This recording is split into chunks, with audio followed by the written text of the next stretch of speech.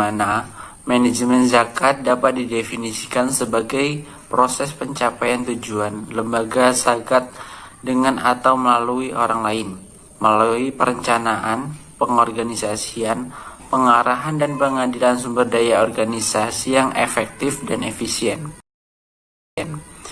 Dalam Undang-Undang Nomor 23 Tahun 2011 disebutkan pengertian pengelolaan zakat, yaitu pengelolaan zakat adalah kegiatan perencanaan, pelaksanaan dan pengelolaan dalam pengumpulan, pendistribusian, dan pendayungan zakat.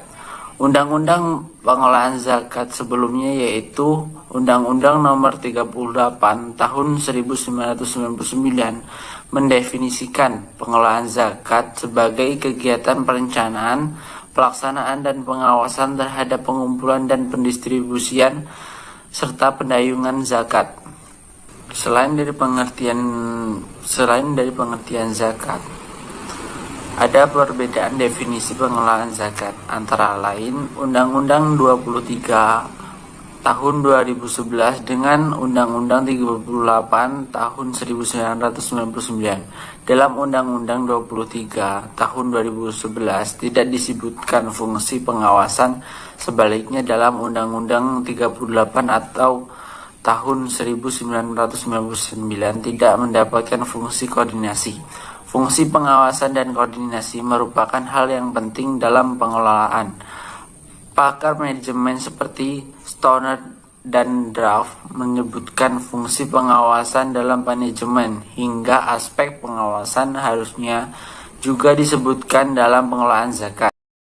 Setelah itu, walaupun dalam Undang-Undang Nomor 23 Tahun 2011 tidak disebutkan fungsi pengawasan dan definisi pengelolaan zakat, akan setiap tetapi penyantuman perihal pengawasan. Hal tersebut sebagaimana dalam pasal 34 disebutkan hal tentang pembinaan dan pengawasan, yaitu dilakukan materi atau pemimpin daerah setingkat provinsi dan kabupaten atau kota 14. Sedangkan dalam pasal 35 mendapatkan pengawasan dapat juga dilakukan oleh masyarakat 15. Setelah itu pengelolaan manajemen. Dan setelah itu pengelolaan atau manajemen meliputi kegiatan pengumpulan atau penghimpunan, pengeluaran, pendayungan, pengawasan dan pertanggungjawaban harta zakat. Semua ini dilakukan oleh amil zakat sebagai pengelolaan. Dalam pengorganisasian zakat diperlukan beberapa prinsip, yaitu antaranya yang pertama, pengelolaan harus berlandaskan Al-Quran dan As-Sunnah. Dan yang kedua, keterbukaan pihak pengelola harus menerapkan manajemen yang terbuka dengan tujuan menumbuhkan kepercayaan masyarakat terhadap lembaga amil zakat. Dan poin yang ketiga, menggunakan manajemen dan administrasi modern. Dan pada poin keempat atau yang terakhir, harus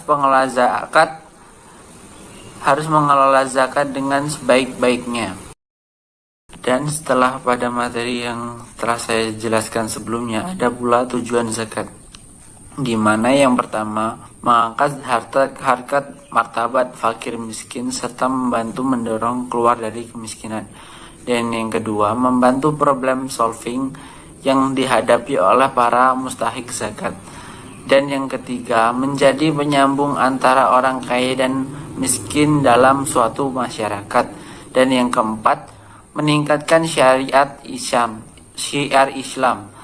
Dan yang kelima yaitu mewujudkan kesejahteraan dan keadilan sosial dalam masyarakat.